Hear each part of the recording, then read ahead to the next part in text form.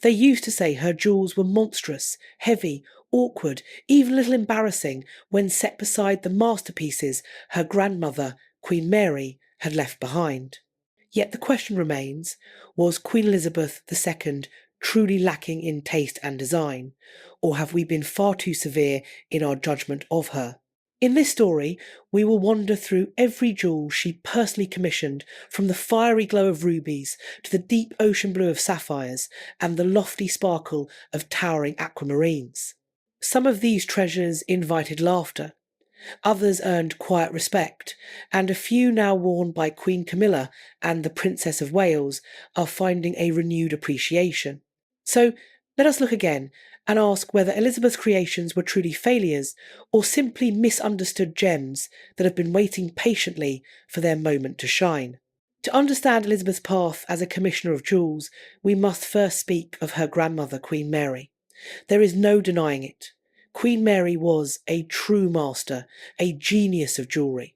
She could see promise where others saw only tired relics. Among royal jewel enthusiasts, her very name has become a verb. To Queen Mary, something means to take a piece and transform it, sometimes ruthlessly, into a dazzling new creation. She had vision, and she never hesitated to use it. Elizabeth, her granddaughter, told a different story altogether. She was, above all, a guardian, a custodian of history. She inherited one of the world's most extraordinary collections, and with only a handful of exceptions, she preserved it exactly as it came to her. She understood that these were far more than mere stones. They were artifacts, silent witnesses to the passage of time, and for that devotion we owe her gratitude. Yet this brings us to the question, if she was such a careful preserver of the jewels of others, what happened when she set out to commission her own? It all began with such promise, almost like something from a fairy tale. When Princess Elizabeth married in the year 1947, she was showered with extraordinary gifts. Among them was a breathtaking treasure, an uncut pink diamond of 54.5 carats, given as a wedding present by a Canadian geologist named John Thoburn Williamson. A stone of such rarity and significance offered the young princess a chance to create something entirely new, a jewel unlike any other in the royal collection. And here lies a fascinating detail, perhaps the very key to this story. She did not take on the task alone. Instead, she turned to the one person who understood the language of royal jewels better than anyone else, her grandmother, Queen Mary. There are marvellous photographs of that moment in March of the year 1948, showing Elizabeth and Queen Mary together at a diamond cutting workshop in Clerkenwell. They lean in close, watching intently as the great stone was being shaped, while Queen Mary, true to character, was said to have asked an endless stream of questions. When the cutting was finished, the result was a flawless pink diamond of 23.6 carats. Now it required a setting worthy of its beauty. At first, Elizabeth considered something grand, a tiara perhaps, or a necklace. But in the end, she chose a more modern and versatile option, a brooch. For this, she turned to Cartier, the favoured jeweller of her parents. The design created by Frederick Mew of Cartier's London branch took the form of a delicate jonquil flower, crafted in platinum, its petals glittering with 203 white diamonds, all framing the magnificent pink stone at its heart. The brooch was finished in the year 1953, the year of Elizabeth's coronation, and it is no exaggeration to call it a triumph. Perfectly balanced, graceful and timeless, it quickly became one of her most beloved pieces. She wore it everywhere, from official portraits with her young children Charles and Anne to the weddings of her sons, and even at her Silver Jubilee service in the year 1977. A complete success story from start to finish. And that was not the only treasure from those early years. For her 21st birthday, also in the year 1947, Elizabeth received a magnificent diamond necklace from the people of South Africa. It originally held 21 large, brilliant cut diamonds, one for each year of her life. The Queen herself is said to have called them her finest diamonds. A few years later, in the year 1952, she had the necklace shortened to better suit her style. The 6 diamonds that were removed did not go to waste. They were transformed into a matching bracelet. Simple, elegant, and deeply personal, it was another undeniable success. With these 2 masterpieces, the Williamson pink diamond brooch and the South African diamonds, you might think the stage was set for a lifetime of flawless commissions. But here, the story begins to change, and the debate truly begins. For while everyone admired her early creations, the projects that followed would spark far more divided opinions. This leads us to a question. At the very heart of royal collections, what matters more? The daring innovation of Queen Mary, which gave the world breathtaking new jewels, but often at the cost of older pieces, or the careful preservation of history embodied by Elizabeth, which honoured the past, but sometimes produced more restrained designs. I would love to know your thoughts, because when the Queen decided she needed a ruby tiara of her own, she made a choice that remains debated to this very day.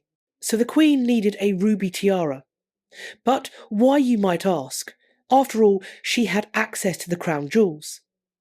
Well, the answer is both yes and no.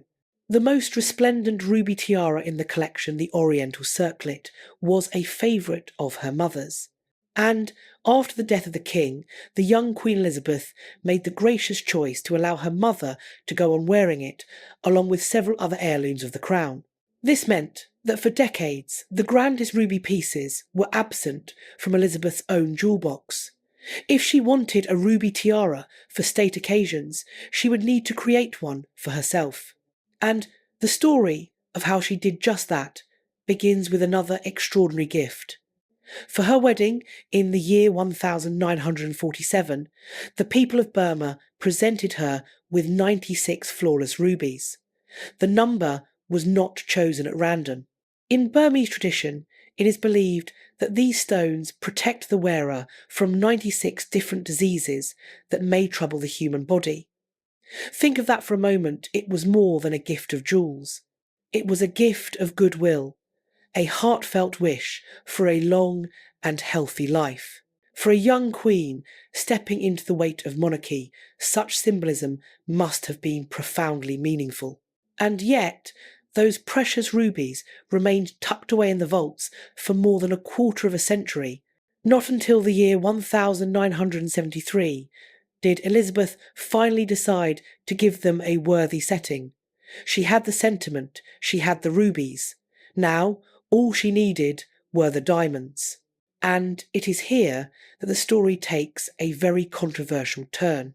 To find the diamonds for her new tiara, a sacrifice had to be made, and the chosen victim was none other than the Nizam of Hyderabad tiara. This exquisite, delicate floral piece, created by Cartier, had been given to Elizabeth as a wedding gift. For years, jewellery enthusiasts whispered about its mysterious disappearance, and it was not until the year 2012 that confirmation came it had been dismantled. For many, this was nothing short of unforgivable, an act of jewellery vandalism, the destruction of a historic Art Deco masterpiece in order to create something new. And what was the result? The Burmese ruby tiara, crafted by Garrard the Crown Jewellers. Its design carried profound symbolism, a wreath of heraldic Tudor roses, with the Burmese rubies forming the red petals of the House of Lancaster, and the diamonds salvaged from the Nizam tiara, forming the white petals of the House of Lancaster. York, a powerful emblem of English history. Yet visually, it became one of the most divisive tiaras of modern times. It is unmistakably a child of the 1970s. Critics have called it heavy-handed, pointing to the rubies set in thick gold cups, which some say resemble red blobs, jutting awkwardly from the frame. But I must confess I will defend it. I do not see it as a failure at all. In fact, many who have had the rare privilege of viewing this tiara in person agree. They insist that photographs simply do not capture its splendour. The sheer quality of the stones, the brilliance of the diamonds, the craftsmanship. It is said to be breathtaking when seen with one's own eyes. And if you look closely at images of Queen Elizabeth in her younger years wearing the Burmese ruby tiara against her dark hair, you can glimpse that regal power. The bold Tudor roses created a striking, majestic presence that was entirely her own. The fact that Queen Camilla now wears the Burmese ruby tiara, and that so many have remarked on how powerfully it suits a new queen, only proves that this symbolic jewel was never the failure some once claimed. It is a strong, meaningful tiara fit for a monarch in any era. But of course, a tiara is rarely worn on its own. A queen needs necklaces to complete her ruby ensembles, and Elizabeth's choices in this area are every bit as fascinating and just as hotly debated. In the year 1964, she personally purchased a piece now known as the Bearing Ruby Necklace. Its design is antique, featuring flat-cut rubies and 3 distinctive pendant stones, which were almost certainly once earrings. The style has long divided opinion. Jewellery enthusiasts often criticise its central element as clumsy, even muddled. Yet it is worth pausing here. This was not an heirloom she inherited or felt duty-bound to wear. This was a jewel Elizabeth deliberately chose for herself. She bought it, she wore it, and she kept it in rotation for decades. To her, it clearly held value and fulfilled a role in her collection, whatever critics might say. Of course, when speaking of her ruby necklaces, we cannot overlook the undisputed star of them all, the magnificent Greville ruby necklace. This romantic floral creation by Boucheron was a wedding gift from her mother, and it perfectly illustrates Elizabeth's philosophy as a custodian of jewels. Early in her reign, she did make one adjustment, shortening the necklace to suit the fashionable necklines of the 1950s. But here is the crucial detail. The 2 diamond and ruby sections that were removed were not lost. They were carefully preserved, meaning the piece could, in theory, be restored to its original length at any time. She did not destroy it, nor did she irreversibly alter its character. She adapted it with respect. And so the story of Elizabeth's rubies becomes one of sacrifice, of bold and controversial design, and of thoughtful preservation. But her journey with another royal colour, majestic sapphire blue, begins and ends in a far more intimate place. Not with a diplomatic offering, but with a father's love.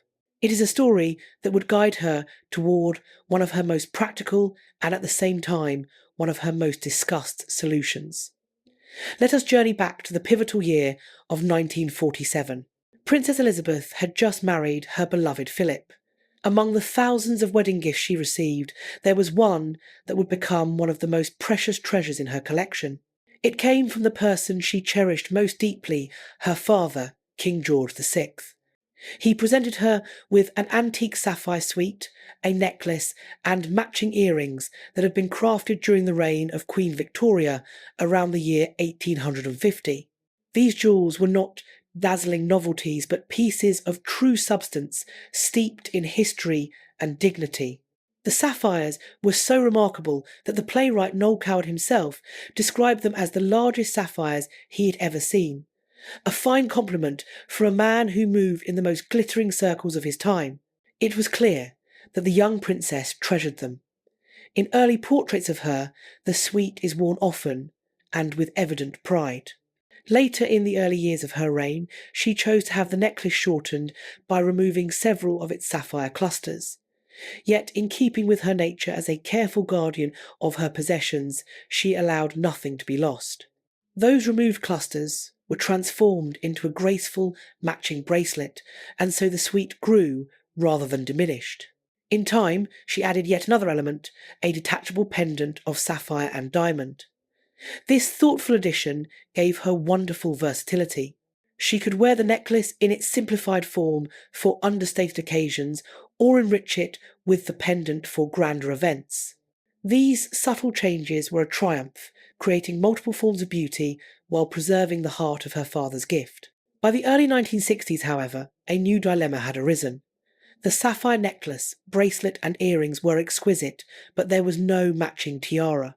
For a monarch who needed to coordinate her jewels with ceremonial sashes and the many formal requirements of state, this was more than a matter of style. It was a practical concern. In the year 1963, she made one of her typically sensible choices.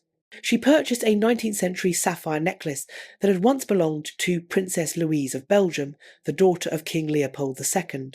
Princess Louise had lived a turbulent life, embroiled in affairs, committed for a time to an asylum, divorced, and eventually forced to sell her jewels in order to pay her debts. But that story is for another time. What matters here is that Elizabeth recognised potential in her necklace.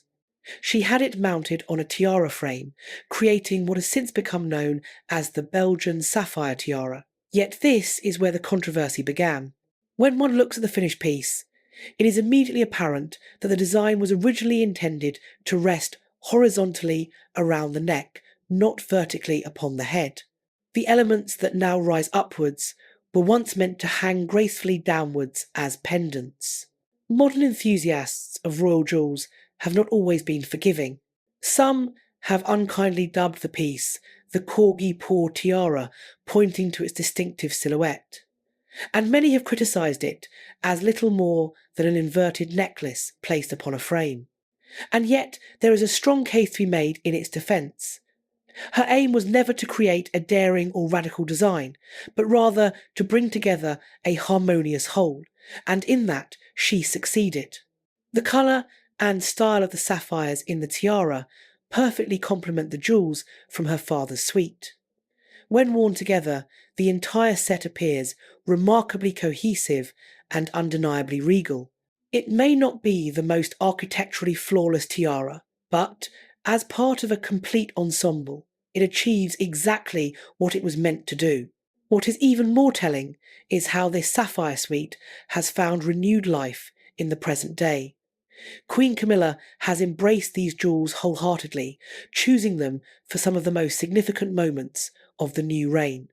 For the very first state banquet of King Charles's reign, the South African state visit in November of the year 2022, she selected the sapphire tiara and necklace. Consider the significance of that choice. With the entire royal jewellery collection at her disposal, including pieces of immense fame and historical importance, Camilla deliberately turned to the sapphires that Elizabeth had carefully shaped from her father's gift. That was no accident. It shows that the true test of a jewel is not whether it wins immediate praise, but whether it proves its worth across generations. These sapphires, born of a father's love and refined through a daughter's practical wisdom, are indeed standing that test with quiet brilliance. But the suite given by King George VI and its converted tiara were not the Queen's only ventures into the realm of sapphires. In the year 1979, during a landmark tour of the Gulf states, she was presented with another magnificent set, a gift from Sheikh Rashid of Dubai. This was a modern and dazzling creation by the London jeweller Asprey, featuring bold sapphires framed by intricate loops of diamonds. Unlike with some of her other jewels, her delight on receiving this gift was instant and unmistakable. She is said to have exclaimed in amazement the very moment she saw it. The design was bold, opulent, and very much a reflection of its time, and yet, in characteristic fashion, she found the necklace just a little too grand for regular wear, and soon set about making her own practical refinements. Here again, her thoughtful philosophy of nothing wasted shone through. She had the necklace shortened for greater versatility, and the two sapphire loops that were removed did not vanish into a vault. Instead, they were transformed into a graceful new pair of earrings. As for the original large earrings and the matching ring, well, their story was only just beginning. She chose to have the large earrings and the matching ring combined into a single substantial bracelet. It was a masterful decision. She took an overwhelmingly lavish gift and reshaped it into a suite of jewels that was far more versatile and wearable, yet still retained all of its splendour. In May of the year 2021, the Queen lent these very earrings to Catherine the Princess of Wales for an engagement in Scotland. They had always looked elegant on the Queen herself, but seeing them worn by Catherine proved just how beautifully they could be styled across generations. In my view, transforming part of such a magnificent necklace into earrings was a stroke of brilliance. The next commission, however, presented an entirely different kind of challenge. It is a story woven with modernism, diplomacy, and some of the most remarkable and most difficult stones in her collection, the aquamarines. It all began with her coronation in the year 1953. As nations across the world sent gifts to honour the new monarch, the president and people of Brazil offered a suite of jewels that was nothing short of breathtaking. Created by the jewellers Mappin and Webb in Rio de Janeiro, the original gift consisted of a magnificent necklace set with 9 enormous, perfectly matched rectangular aquamarines, each framed in intricate diamond and platinum scrolls. At its centre hung an even larger detachable aquamarine pendant. To accompany it, there was a pair of elegant drop earrings.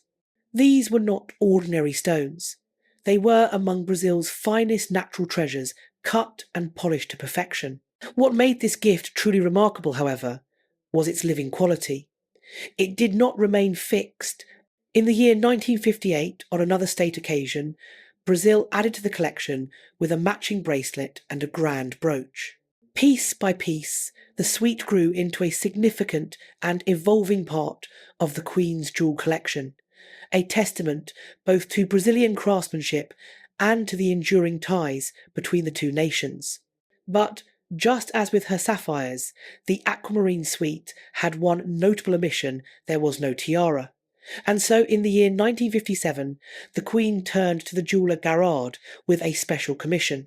The result was a relatively delicate creation, a diamond and aquamarine bandeau, crowned with 3 upright stones that could also be detached and worn as brooches.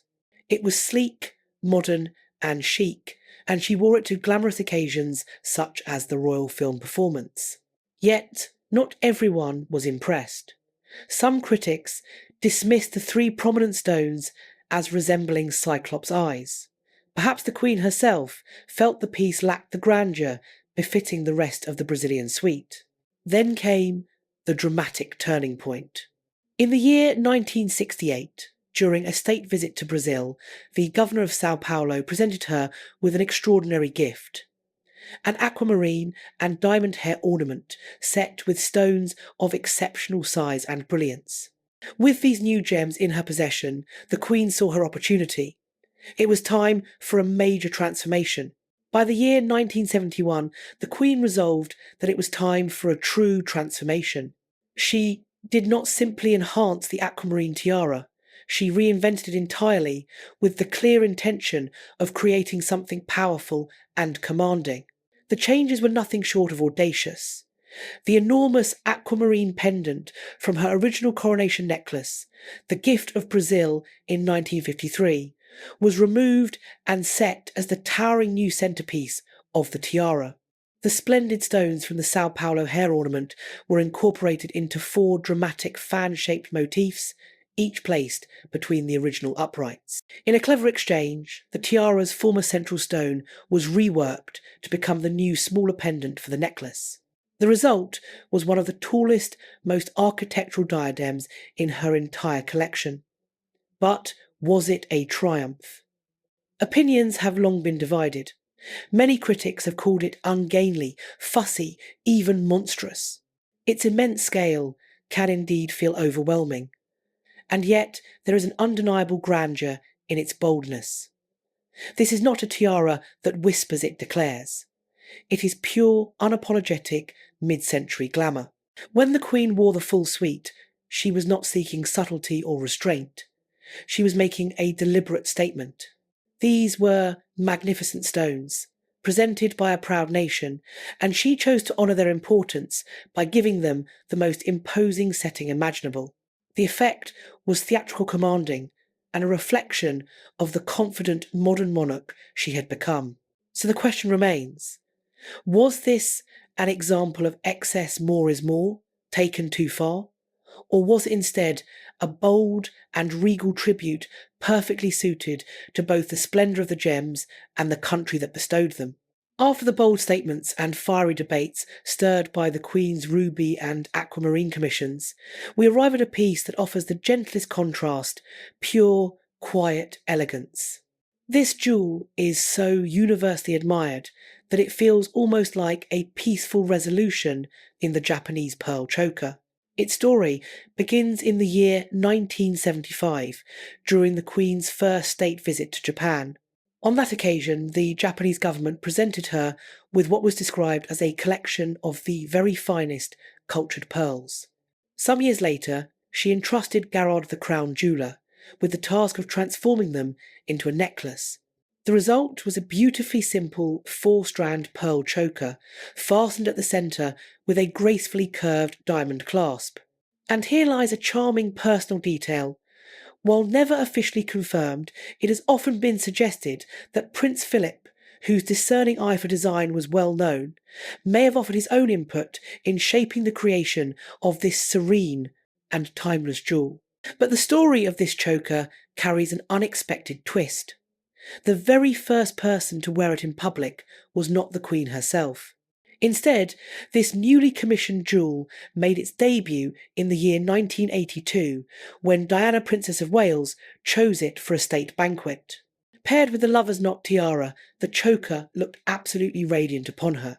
The Queen began wearing it soon afterwards, favouring it for state visits and formal occasions throughout the 1980s and 1990s. Then, a generation later, the piece found its way to Catherine, now Princess of Wales. She first wore it in the year 2017 for the celebration of the Queen and Prince Philip's 70th wedding anniversary. Yet it is Catherine's more recent appearances in the choker that hold the deepest poignancy. In April of the year 2021, she wore it to the funeral of Prince Philip, a tender tribute to the man who may have quietly influenced its design. And then, in its most symbolic and solemn moment, she wore the Japanese pearl choker once more, paired with the Queen's Bahrain pearl earrings, to the state funeral of Queen Elizabeth II. In that act, the jewel became more than an ornament. It became a thread of continuity, honouring both the memory of a beloved consort and the life of a monarch whose reign had defined an era. These moments truly highlight just how successful a commission the Japanese pearl choker was. The Queen created a jewel of striking simplicity, clean in design, graceful in form, and timeless in appeal. It looked luminous on Diana. It carried an air of quiet dignity on the Queen herself. And today, it seems to have found its most natural home on Catherine, the Princess of Wales. The way it rests at her throat, its perfect proportions, its serene elegance, it all feels as though it was made for her. And so, after considering the fiery rubies, the historic sapphires, the bold aquamarines and the tranquil pearls, we return to our original question. Did Queen Elizabeth II truly have poor taste in jewellery? To answer that, we must first resist the temptation to compare her to her grandmother. Queen Mary was a force of nature, a visionary who treated her jewels as a vast canvas for bold innovation. Elizabeth was not Mary, and importantly, she never sought to be. Her role, as she understood it, was different. It is true that her personal commissions sparked debate. Critics dismiss some designs as clumsy dated, or even absurd, an upside-down necklace, a relic of the 1970s. A piece lacking refinement, and yet to call them failures is to miss their purpose. Each had a meaning, each a clear intention. The Burmese ruby tiara was a powerful symbolic statement of resilience. The sapphire tiara was a practical and traditional solution to complete her father's cherished gift. The aquamarine para was a bold and theatrical tribute to the generosity of a nation. I see above all a monarch who built a working collection, One that was deeply personal, woven through with gifts of sentiment, diplomatic gestures, and designs that reflected the modern era she herself helped to shape. Taken together, these jewels form a narrative of her reign. And perhaps to truly understand her taste and her greatest legacy, we should not focus solely on the few pieces she commissioned, but on the countless jewels she chose not to alter. Recall Queen Mary's relentless reworking, her ceaseless reinvention of the treasures she inherited. Elizabeth held the very same authority, the same unquestioned power to reshape history's jewels to her liking. It would have been the simplest thing to recut, reset, or redesign the great historic heirlooms to suit her personal style.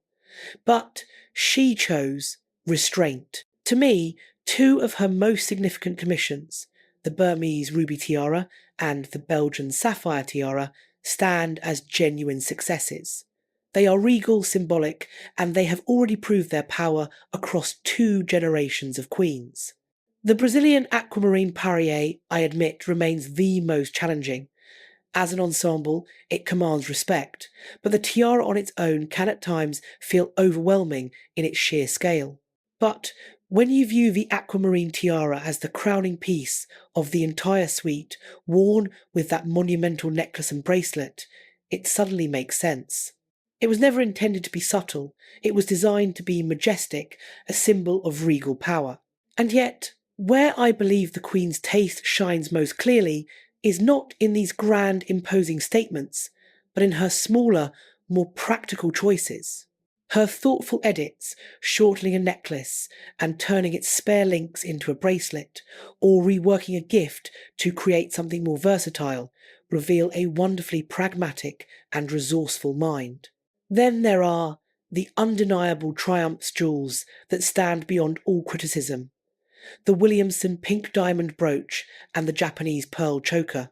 Both are masterpieces of timeless elegance, proof that she was more than capable of commissioning jewels of exquisite perfection. That, of course, is my perspective. Now, I would love to hear yours. Having heard these stories, do you think we have all been too harsh in judging the Queen's designs? Or do you still find them controversial? Share your thoughts, I would be fascinated to know. And if you enjoy exploring the histories and hidden meanings behind royal jewels, do stay with us for more stories yet to come.